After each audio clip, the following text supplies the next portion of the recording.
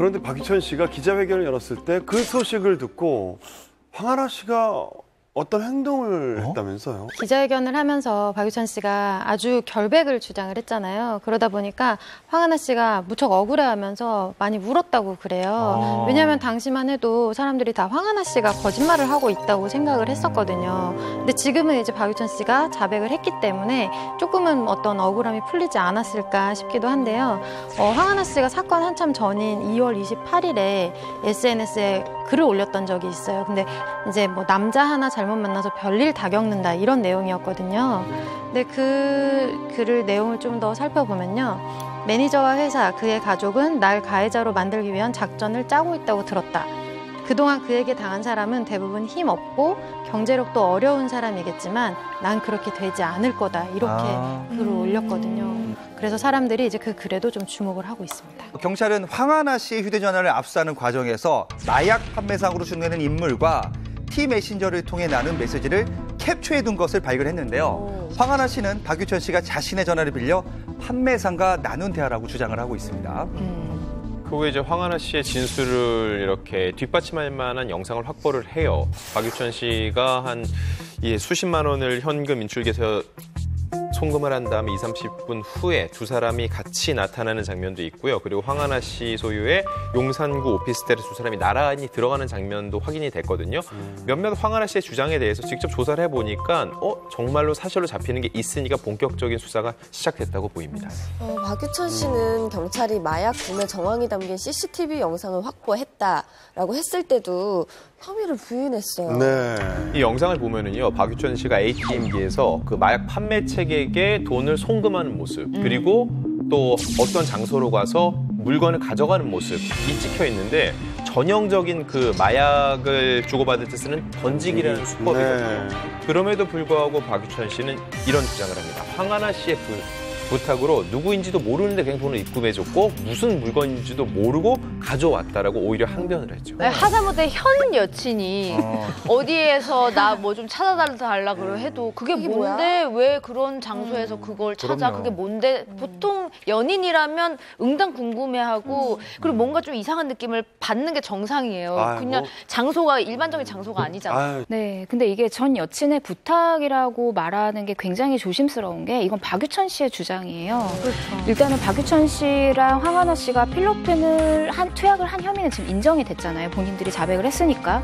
그래서 앞으로의 싸움은 누가 이걸 이제 권했냐라는 거예요. 황하나 씨는 박유천이 권했다라고 주장을 하고 있고 박유천 씨는 황하나가 권했다라고 얘기를 하고 있는데 대립하고 있는 예, 맞아요. 이걸로 첨예하게 지금 엇갈리고 있는데 왜 이걸 두고 싸우냐면은 마약 사범의 그 양형 기준 중에 소극성과 적극성이 있어요. 그러니까 소극적으로 투약을 했으면 처벌을 덜 받고 적극적인 방식으로 투약을 했으면 처벌을 더 받는 거거든요. 그래서 앞으로 이것 때문에 싸울 가능성이 높고 또 다른 포인트는 이제 유통과 제3자가 있느냐 이 부분이라고 해요. 왜냐하면 박유천 씨랑 황하나 씨가 총 1.5g의 필로폰을 샀거든요. 근데 통상 한 번씩 투약을 할 때 0.03에서 0.05g 정도를 투약을 하는데 이들이 자백한 투약 캡슐을 전부 다 합쳐도 남는 필로폰이 있는 거예요. 근데 지금 이 필로폰 행방에 대해서 알지 못하고 그게 어디 갔느냐?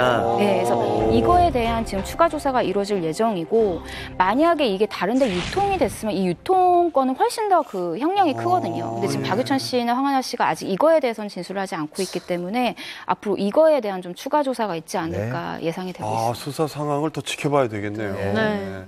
그런데 이번에 이제 박유천 씨를 둘러싼 그 혐의들을 밝히는데 가장 결정적인 역할을 했던 게 바로 채모였죠.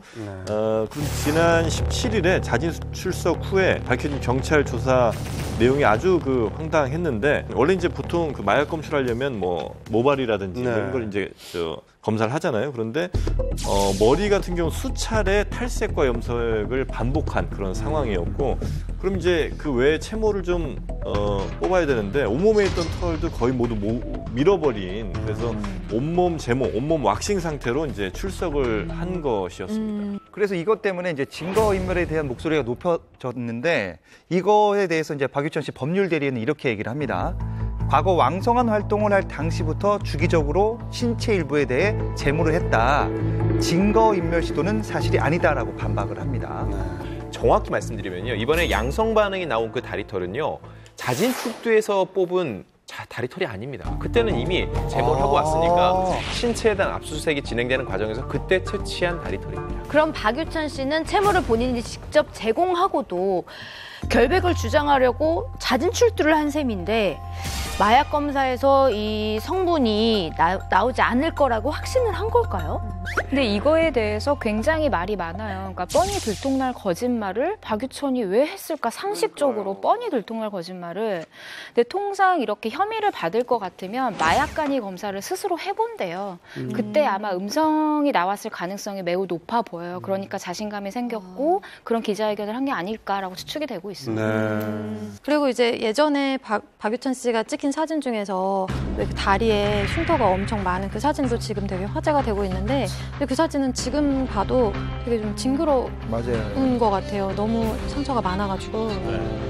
이게 이제 2017년 6월 정도로 추정되는 사진입니다. 근데 그 당시에도 이 박유천 씨의 다리 상처를 두고 이거 혹시 필로폰 투약한 흔적이 아니냐 이런 의혹이 있긴 있었거든요. 물론 금세 사라지긴 했습니다만 왜냐하면 이제 저런 상처들이 대체로 그 마약을 오랫동안 투약한 사람들이 겪는 부작용으로 그러니까 왜 필로폰 투약을 오래 하다 보면 온몸에 이렇게 벌레가 기어다니는 듯한 그런 느낌을 이제 받게 되거든요. 그래서 그 가려움증 같은 걸 막 긁다 보면서 피부가 좀 많이 상하게 되는데 그래서 메스버그 현상이라고 얘기를 좀 합니다. 부작용이에요? 네, 그래서 필로폰 장기 투약자들이 저런 상처들을 많이 좀 겪기도 하죠. 저게 박유천 씨 다리잖아요. 박유천 씨 다리 2017년 6월로 추정되는 제가 저때 저 사진을 만약에 봤었어도 뭐가 어디서 크게 다쳤나? 이게 설마 마약을 하다가 저렇게 됐을 거라고 상상도 못했을 거예요. 아니 근데 저 정도 상처가 있으면서 왜 반바지를 입고 다녔을까요? 정말 이해할 수 없는 상태. 네? 가려워서? 아니 그 가려운다 해도 저게 이렇게 걸릴까 봐 나 같으면 긴 바지를 입었겠다.